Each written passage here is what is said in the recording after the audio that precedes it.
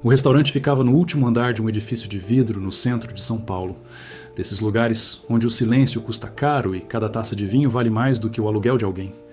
As mesas tinham toalhas brancas engomadas, os talheres brilhavam sob uma luz dourada e os garçons se moviam como sombras treinadas para nunca serem notadas.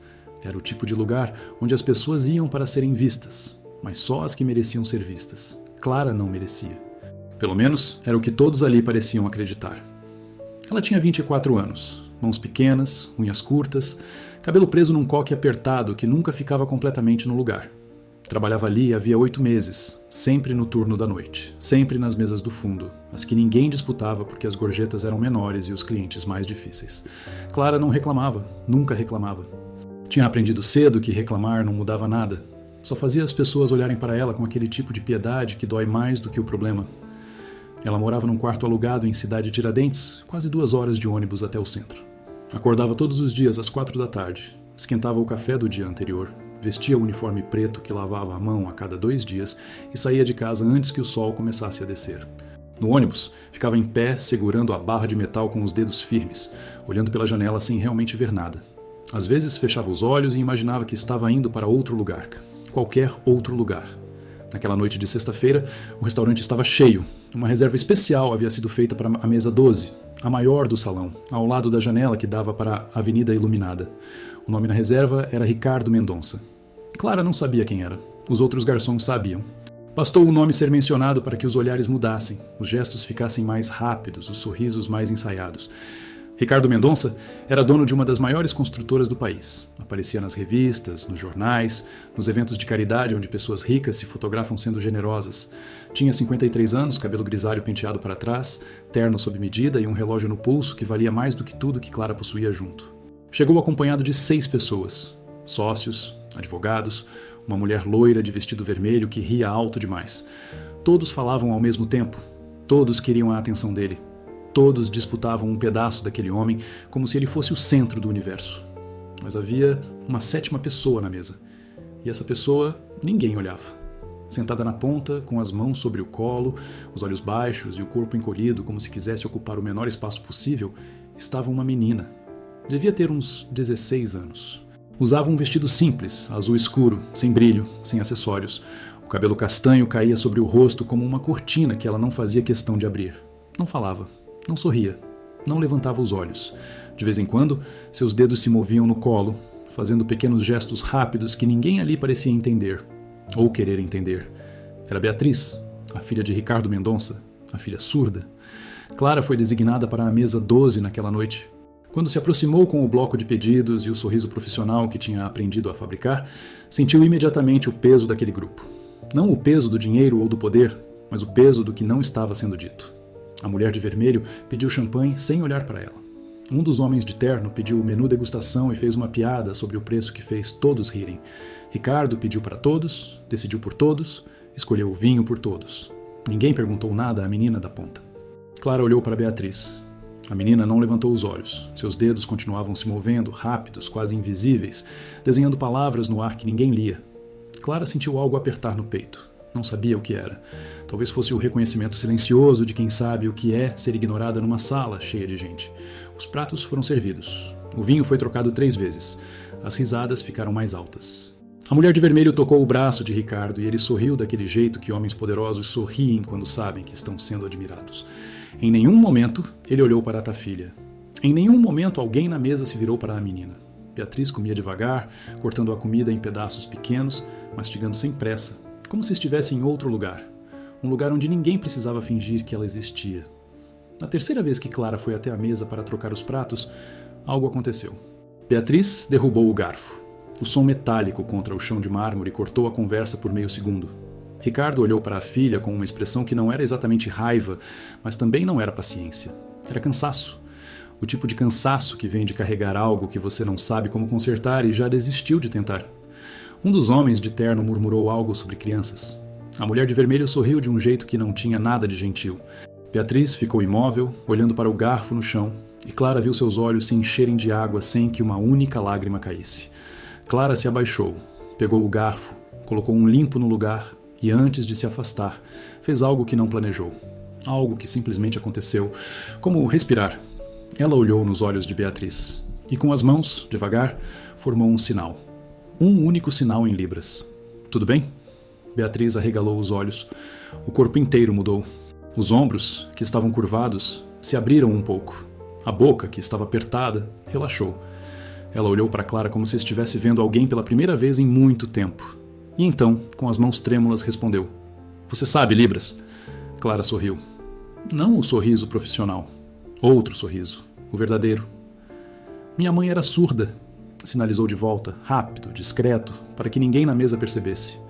Beatriz piscou várias vezes. E então, fez algo que, segundo o que Clara descobriria depois, não fazia havia meses. Sorriu. Ninguém na mesa notou.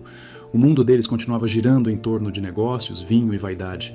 Mas ali, naquele canto de uma mesa de ricos, duas pessoas invisíveis tinham acabado de se encontrar. A partir daquela noite, Ricardo Mendonça passou a frequentar o restaurante toda sexta-feira.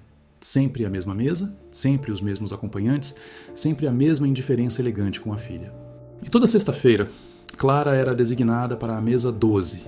Não porque fosse a melhor garçonete. Era porque nenhum outro queria lidar com as exigências silenciosas daquela mesa. E toda sexta-feira, nos breves momentos em que se aproximava para servir, Clara e Beatriz trocavam sinais. Pequenos, rápidos, escondidos entre pratos e taças como mensagens contrabandeadas. Como foi sua semana? Longa. Você leu alguma coisa boa? Terminei um livro sobre o mar. Queria conhecer o mar. Tá. Você nunca viu o mar? Nunca. Meu pai diz que é perigoso para mim. Clara sentia o estômago apertar cada vez que Beatriz contava algo assim. Perigoso. Como se o mar fosse escolher justamente ela para engolir. Como se o mundo inteiro precisasse ser reduzido a um quarto silencioso numa mansão porque ninguém teve paciência de aprender a falar com ela na língua dela. Nas noites em que voltava para casa no ônibus vazio, Clara pensava em Beatriz. Pensava na própria mãe, que morreu quando ela tinha 19 anos. Uma mulher surda, pobre, que trabalhou a vida inteira como costureira num fundo de quintal e nunca reclamou de nada, nunca pediu nada, nunca foi vista por ninguém além de Clara. Foi com ela que Clara aprendeu Libras. Foi com ela que aprendeu que o silêncio tem texturas diferentes. Tem o silêncio que acolhe e tem o silêncio que abandona. O silêncio ao redor de Beatriz era do segundo tipo. Na sexta semana, algo mudou. Ricardo Mendonça chegou ao restaurante com uma expressão diferente. Havia uma rigidez nos ombros, uma pressa nos gestos. A mulher de vermelho não estava. Só estavam ele, Beatriz e dois homens de terno que falavam baixo, inclinados sobre documentos. Clara percebeu que Beatriz estava mais encolhida do que o normal. Seus dedos não se moviam. Seus olhos estavam vermelhos. Quando Clara se aproximou para servir a água, Beatriz sinalizou uma única frase, quase sem levantar as mãos da mesa. Ele quer me mandar para um internato. Clara sentiu o chão sumir. Manteve o rosto neutro, encheu os copos, ajeitou os talheres. Mas por dentro, algo se rasgou. Naquela noite, pela primeira vez em 8 meses de trabalho, Clara fez algo que poderia custar seu emprego. Quando Ricardo foi ao banheiro, ela se aproximou de Beatriz e sinalizou rápido, quase sem mover os lábios. Eu não vou deixar isso acontecer. Beatriz olhou para ela com uma mistura de medo e esperança que Clara conhecia bem. Era o olhar de quem quer acreditar, mas já foi decepcionada vezes demais. Os dias seguintes foram os mais longos da vida de Clara. Ela pesquisou leis, direitos, instituições, descobriu que existiam advogados especializados em direitos de pessoas surdas. Descobriu que um internato contra a vontade de uma adolescente com deficiência podia ser contestado legalmente. Descobriu coisas que não sabia que existiam porque nunca precisou, ou nunca pôde, procurar. Mas descobriu também algo sobre si mesma. Descobriu que a raiva que sentia não era só por Beatriz. Era por sua mãe. Por todas as vezes que sua mãe foi ignorada num consultório médico. Por todas as vezes que alguém falou sobre ela como se ela não estivesse ali.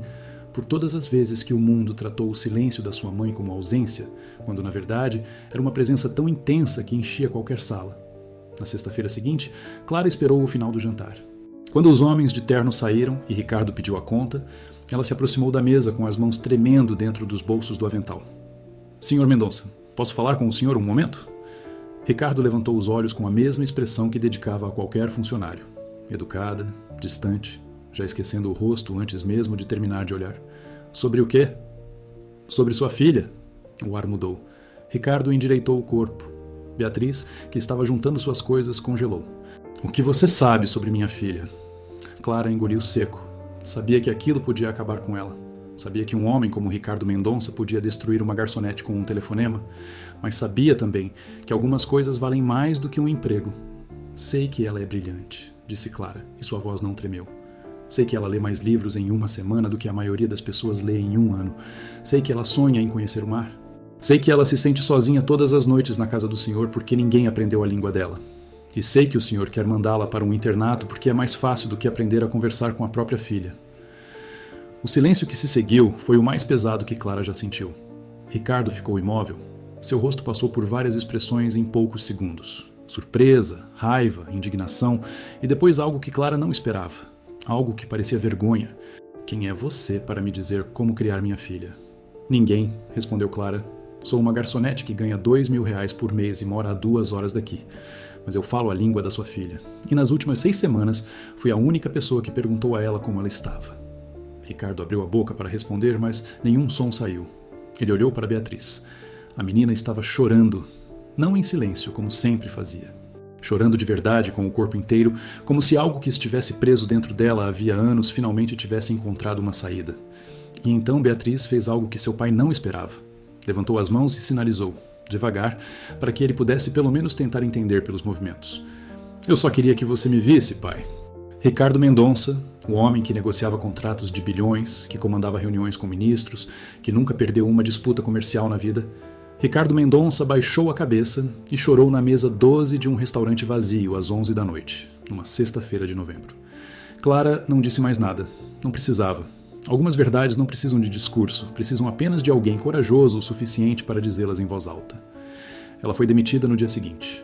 O gerente disse que ela tinha ultrapassado limites profissionais, que não era função dela se envolver com a vida pessoal dos clientes, que o restaurante não podia se dar ao luxo de perder um cliente como Ricardo Mendonça. Clara assinou os papéis, devolveu o uniforme e saiu pela porta dos fundos como sempre entrava. No ônibus de volta para casa, não chorou. Estava estranhamente calma, como se tivesse feito a única coisa certa que podia fazer e o resto não dependesse mais dela. 3 semanas se passaram. Clara conseguiu um trabalho numa padaria perto de casa. Ganhava menos, mas voltava para casa antes da meia-noite, e isso já era alguma coisa. Tentava não pensar em Beatriz, mas pensava. Todas as noites, antes de dormir, seus dedos faziam sinais no escuro do quarto, conversando com alguém que não estava ali. Num sábado de manhã, alguém bateu na porta do seu quarto. Clara abriu esperando o dono do imóvel cobrando algo. Não era. Era Ricardo Mendonça. De pé no corredor estreito de um prédio sem elevador em Cidade Tiradentes, com um terno que parecia absurdo naquele contexto, e olhos que pareciam não ter dormido em dias. Posso entrar? Clara ficou parada por um instante, depois abriu espaço. O quarto era pequeno. Uma cama, uma mesa, um armário, uma janela que dava para um muro. Ricardo olhou ao redor sem julgamento. Ou pelo menos sem o tipo de julgamento que Clara esperava. Eu cancelei o internato, disse ele, sem preâmbulo. Contratei uma professora de Libras. Para mim. Estou tendo aulas todos os dias. É difícil. Minhas mãos são desajeitadas. Beatriz ri de mim quando erro os sinais. Ela ri, Clara. Eu não ouvia minha filha rir havia 2 anos. Clara sentou na beira da cama porque suas pernas não aguentaram. Não de fraqueza, de alívio. Ricardo continuou. Disse que depois daquela noite no restaurante voltou para casa e ficou acordado até o amanhecer. Disse que percebeu que havia construído um império inteiro, mas não tinha construído uma ponte até a própria filha. Disse que a vergonha quase o paralisou, mas que a imagem de Beatriz chorando foi mais forte do que qualquer orgulho. Eu vim aqui pedir desculpas, disse ele. Não por você ter sido demitida. Isso eu já resolvi. Liguei para o restaurante. Você pode voltar quando quiser. Vim pedir desculpas porque você fez por minha filha em 6 sextas-feiras o que eu não fiz em 16 anos. E eu preciso entender como alguém que tem tão pouco pode dar tanto. Clara olhou para ele por um longo momento. Pensou na mãe.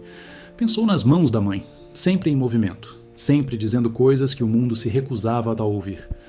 Pensou em como a mãe nunca teve um Ricardo Mendonça batendo na porta para pedir desculpas. Pensou em como, talvez, Beatriz tivesse a chance que a mãe nunca teve. Não é sobre ter pouco ou ter muito, disse Clara, finalmente. É sobre prestar atenção. Sua filha não precisa de dinheiro, Sr. Mendonça. Ela precisa que o senhor olhe para ela quando ela fala com as mãos. Ricardo assentiu devagar. Depois, tirou um envelope do bolso do paletó e colocou sobre a mesa. Isso não é caridade, é um contrato. Quero que você dê aulas de Libras para minha equipe, para as pessoas que convivem com Beatriz. Motorista, cozinheira, secretária. Quero que o mundo dela tenha mais vozes. E quero que você me ajude a aprender a ser o pai que ela merece. Clara olhou para o envelope sem tocá-lo. Ficou em silêncio por quase 1 minuto. Depois perguntou apenas uma coisa. Beatriz sabe que o senhor está aqui? Foi ela quem me deu o endereço. Clara fechou os olhos. Sentiu o peito encher de algo que não sabia nomear. Não era felicidade, não exatamente. Era algo mais profundo, mais antigo, mais silencioso. Era a sensação de que algo quebrado dentro dela tinha finalmente sido tocado por mãos cuidadosas. Aceitou o contrato. Nos meses seguintes, a vida de Clara mudou de formas que ela não conseguiria ter imaginado naquela noite em que pegou um garfo do chão de mármore. Ela começou a dar aulas na mansão dos Mendonça 3 vezes por semana. Viu Ricardo lutar com cada sinal, franzindo a testa, movendo os dedos com a mesma determinação com que assinava contratos. Viu a cozinheira aprender a perguntar a Beatriz o que ela queria comer. Viu o motorista aprender a dizer bom dia com as mãos. Viu uma casa inteira começar a falar uma língua nova. Não por obrigação, mas porque finalmente entenderam que o silêncio de Beatriz nunca foi vazio. Era cheio, cheio de palavras que ninguém tinha se dado ao trabalho de aprender a ler. Beatriz floresceu como uma planta que finalmente recebe sol. Começou a andar pela casa de cabeça erguida. Começou a discutir com o pai. E Ricardo descobriu, com um misto de orgulho e desespero, que a filha era teimosa como ele. Começou a pedir coisas. Coisas simples. Quero ir ao cinema. Quero comer pizza no chão da sala. Quero que você me leve ao mar. No dia em que Ricardo levou Beatriz ao mar, Clara foi junto. Ficaram os 3 em silêncio na areia, olhando as ondas. Beatriz tirou os sapatos e correu até a água. Quando a primeira onda tocou seus pés, ela virou para trás com o rosto aberto de espanto e alegria e sinalizou uma frase que fez Ricardo cobrir o rosto com as mãos. O mar fala com o corpo inteiro como eu. Clara riu. Riu de verdade, daquele jeito que fazia o peito doer de tão bom. E ali, com os pés na areia molhada e o vento salgado no rosto, entendeu que sua mãe estaria orgulhosa. Não porque Clara tinha conseguido um emprego melhor ou saído de Cidade Tiradentes, mas porque as mãos da mãe, aquelas mãos que o mundo ignorou a vida inteira, continuavam falando através das mãos dela. E agora, finalmente, alguém estava ouvindo. Ricardo e Clara se aproximaram devagar, do jeito que as coisas verdadeiras acontecem. Não houve declaração dramática, não houve momento cinematográfico. Houve conversas longas na varanda depois das aulas. Houve café dividido em silêncio confortável. Houve o dia em que ele perguntou sobre a mãe dela e Clara contou tudo, e ele ouviu sem interromper, sem tentar consertar, sem oferecer soluções. Apenas ouviu. E Clara descobriu que, às vezes, ser ouvida é a forma mais profunda de ser amada. Houve também o dia em que Beatriz, com a sabedoria que só os adolescentes que sofreram demais possuem, sinalizou para Clara, quando as duas estavam sozinhas na cozinha. Você faz meu pai sorrir de verdade, não o sorriso de foto, o outro. Clara não respondeu. Apenas puxou Beatriz para um abraço longo daqueles que dizem tudo o que as palavras, faladas ou sinalizadas, não conseguem. 1 ano depois daquela noite no restaurante, Clara estava sentada na sala da mansão dos Mendonça, com Beatriz dormindo no sofá ao lado, um livro aberto sobre o peito e Ricardo na poltrona em frente, lendo contratos com os óculos na ponta do nariz. A televisão estava desligada. Não havia música, não havia barulho, havia apenas o silêncio bom, aquele que só existe quando as pessoas numa sala não precisam de som para se sentirem acompanhadas. Ricardo baixou os papéis e olhou para Clara. Levantou as mãos e, com sinais ainda um pouco desajeitados, disse a frase que tinha ensaiado a semana inteira sem que ela soubesse. Você quer ficar? Não para as aulas, para sempre. Clara olhou para ele, olhou para Beatriz dormindo, olhou para as próprias mãos, aquelas mãos que herdou da mãe, que aprenderam a falar antes de aprender a escrever, que durante anos serviram pratos e seguraram barras de ônibus e fizeram sinais no escuro para alguém que não estava mais ali. Levantou as mãos e respondeu: Eu já fiquei, desde o dia em que peguei o garfo do chão. Ricardo sorriu. O outro sorriso. O verdadeiro. E naquela sala silenciosa, onde as palavras não precisavam de som para existir, 3 pessoas que o mundo tinha tentado separar, pela surdez, pela pobreza, pelo orgulho, pela indiferença, estavam juntas. Não porque o destino foi generoso, mas porque uma garçonete que ganhava R$2.000 por mês teve a coragem de olhar nos olhos de uma menina invisível e dizer, com as mãos, a coisa mais simples e mais revolucionária que alguém pode dizer a outro ser humano: Eu te vejo. E às vezes é só isso que a gente precisa ouvir.